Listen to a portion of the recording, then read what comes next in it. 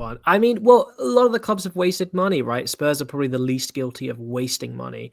They haven't invested as much in the players on the field, right? And this is the tension with the Spurs fans and Levy and stuff. They got the stadium, etc., but they haven't invested in the playing squad. You can't say the same about Man United. You certainly can't say the same about Chelsea, who have spent 1.5 billion in the last 2 years. Yeah. And they haven't got a serious Premier League goalkeeper, and they haven't got a serious Premier League forward. I mean, how on earth? It's just a complete failure of recruitment and like leadership. It's a complete failure at the club. Like, it's a colossal failure. And in most industries, you get fired for, using funds that way, right? For recruiting a team in any industry that bad and that inconsistent. Like, honestly, they're lucky they struck gold with Palmer because he's had the weight of the team on his shoulders. And Jackson blows hot and cold, as a few of you have said. And when he's in hot form, I think he's good, but he's not consistent enough to guarantee you a top 4 spot. Yeah. And it's also interesting that, think about the money combined that Arsenal, Chelsea, and United have spent, and there is not a world-class forward at either of the clubs, any of the 3 clubs. That is insane to think about. Like this, it's just like the simplest thing in football over the last couple of decades is if you have a consistent goal scorer, whether it's Harry Kane, Jamie Vardy, whoever it is, it usually ends up in success, right? Of some sort. At least it makes the rest of the team better, right? Van Nistelrooy, thinking about how Leicester are doing in his management role, right? Think about these players who have scored goals for these clubs. Drogba, where is a Drogba at any of these clubs, right? You think about how many important goal scorers have kind of elevated teams, whether they've won stuff or they haven't. It just blows my mind that these 3 massive clubs have failed so incredibly. And Johan Wissa from Brentford would do a decent job at either of those 3 teams right now. Ivan Toney would do really well at any of those 3 teams. Yep. He would fill a void at all 3 of them. Ivan Toney would make Chelsea, Arsenal, Man United better this season. And yet, for whatever reason, they've chosen to waste the money. With Chelsea, it's this weird baseball-style hoarding of young talent that hasn't seemed to have any, real concrete significance in the Premier League here and today, except with Palmer. Yeah. I mean, that's and they have the world's most expensive goalie playing at Bournemouth, which is like, it's just like the irony is. But I think what KG is saying about like throwing money at all different directions, and like Zaki is saying in terms of you don't have like the old school number 9s, but based on how you're playing, right, Shay, you need the specific forwards to fit. Like it might be Bobby for that Liverpool team. And it might be like a Drogba back then, or it might be Isak, for example, at Newcastle and stuff.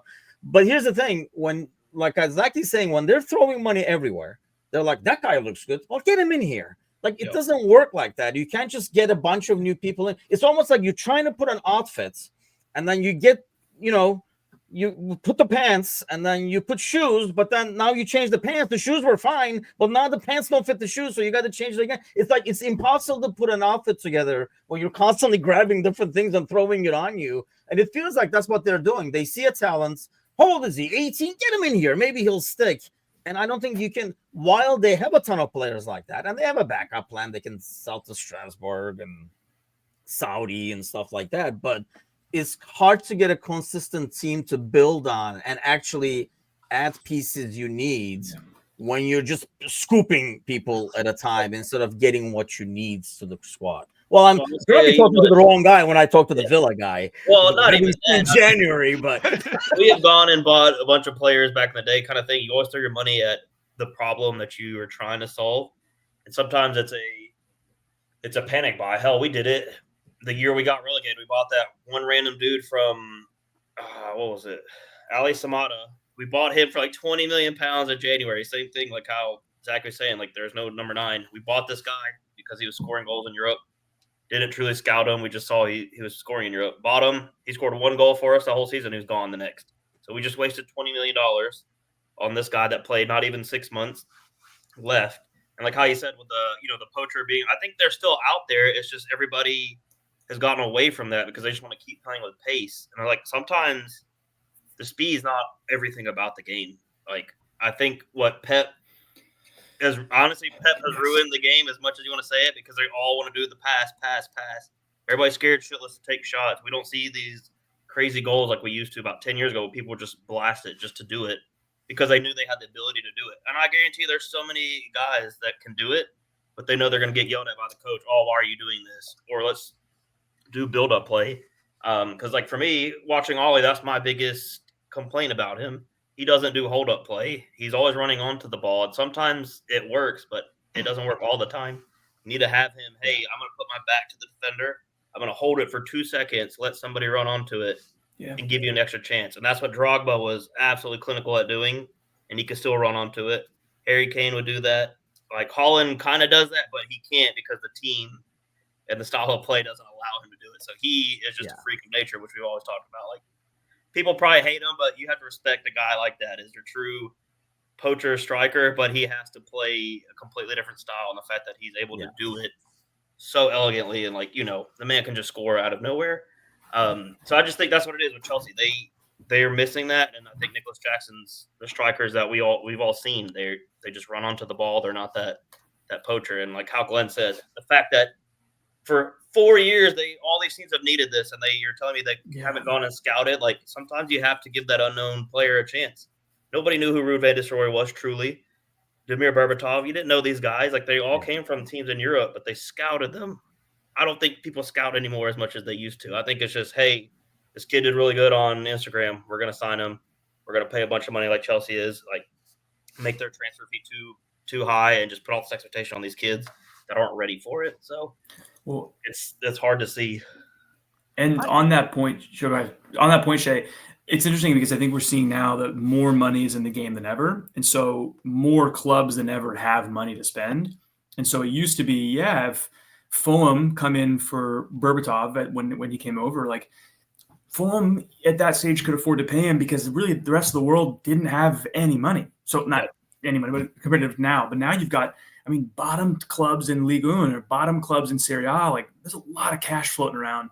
And so, if you're some unknown kid from Bratislava, like, you might get an offer from Southampton, which you might go, I don't want to play for a relegation club, but it's Premier League. And you might get the same wages at a tier 2 side in France. Like, there's so much money in the game now that the big guys can't just come in and scoop everybody up. So they have to be like, screw it, give them a big deal. Also, I feel like we got to do better at all the teams to do better at scouting. Just like I said, let these kids play somewhere for a little bit and just try to learn the system. Like I said, you're throwing them into the wolves when you come straight in the Premier League at that young age.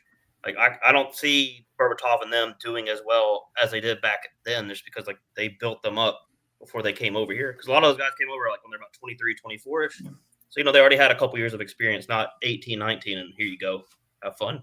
Well, nowadays, a 23-year-old's legs are cooked. Yeah, they're you know what I mean? Like, you send them to the glue factory. These guys are done at 25.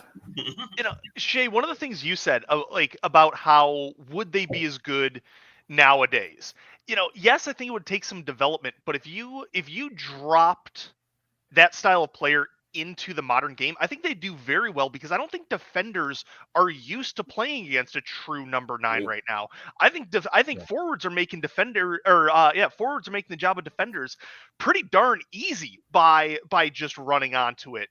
That's part of the reason why Isak, why Holland, there is a handful of true number 9s in the world right now. They are so few and far between. And even coaching at the high school level, it was so difficult to find a striker, to find a forward who could just tap the ball in the back of the net. It'd be interesting to see what Van Nistelrooy could do with a team that's better than Leicester, that isn't, still running Jamie Vardy out every day. Like, to see what he could do with a young striker, see if he could teach him some of his old bag of tricks. But it's a dying art, and I think if one manager, one academy dedicated some time to really focusing on producing strikers and just becoming almost like a striker factory, then I think we could see the game change. But right now, it's a dead position almost. It's all about the wide Is players. that because of the style that people play in? By the way, that's a great business idea. We should open that number. We'll call it number 9. Number 9. Open an academy where we just get a bunch of tall dudes and be like, let's see who can be a number 9. Go ahead, Alex. Well, too much. I think to your point, I don't know if it's a fully dead style, because I think that's what we've seen under Marco Silva at Fulham. is that he was able to play this kind of build out of the back. And people say Pep ruined the game, and it's like the Steph Curry effect, where now you have like 12-year-olds pulling up from the logo. And it's just and if you look at on a side note, if you look at the NBA now, like the game is broken. Like they figured out the optimal way to play the game. It's dunks and threes. If you look at a shot chart, that's it. The game has been optimized and figured out. Aside from that, football's getting that way where everybody wants to play from the back. Even if you don't have the personnel to do it, everybody wants to play out that way. And so I say that to say about Fulham is Marco has kind of created this system where he wants to play out of the back. But then for several years, we had a Mitrovic, which is that kind of just bully ball, back to the goal, collect, dish it out, and then just put your head down and run through somebody. And when it works, it really works. Because to your point, I think Sully said it, there aren't a lot of defenders who know how to deal with someone like Mitrovic. Raul is kind of a poor man's Mitrovic, but plays a little bit like that sometimes. But that ability to just, again, put your back to the goal, put your elbow into someone's gut, receive the ball, and then run off of it, you really don't see it. Yeah. Is it because of the game, though? Like, Glenn, the game has changed. Like, I understand what you guys are saying, but we are asking for that 9 to do a lot more now than what we used to ask the 9 to do back in the day. You know, like, just get your ass in the box.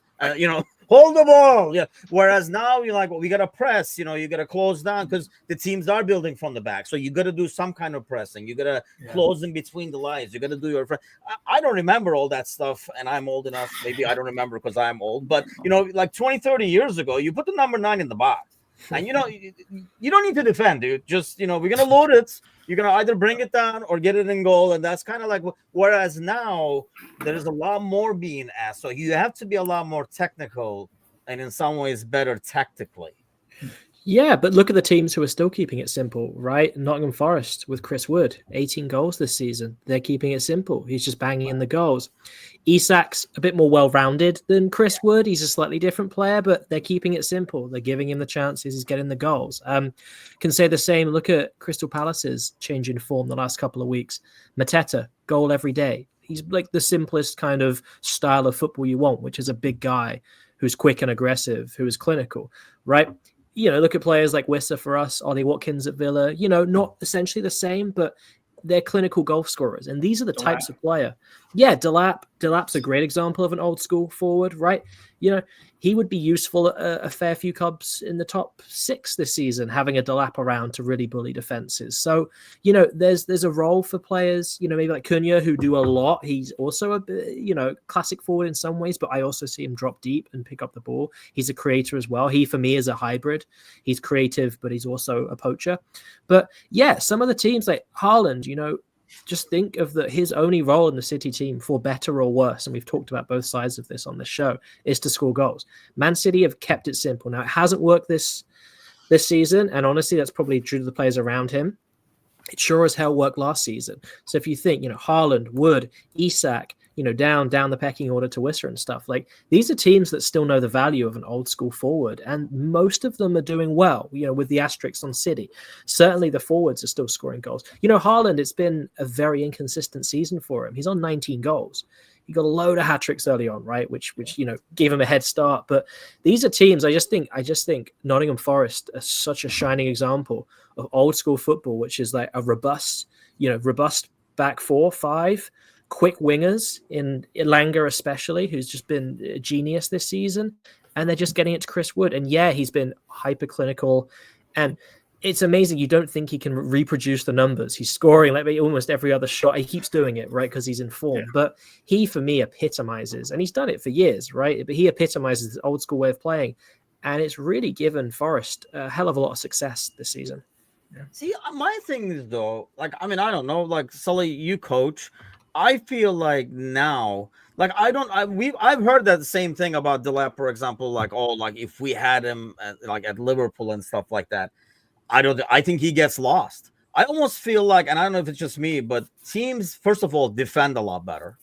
And I think it's one thing to be Ipswich's fighting guy up top, Forest's fighting guy up top. I think Haaland is kind of exception to the story over here, where you can get goals, but you don't get, those guys get lost in the box when they play against teams that sit back.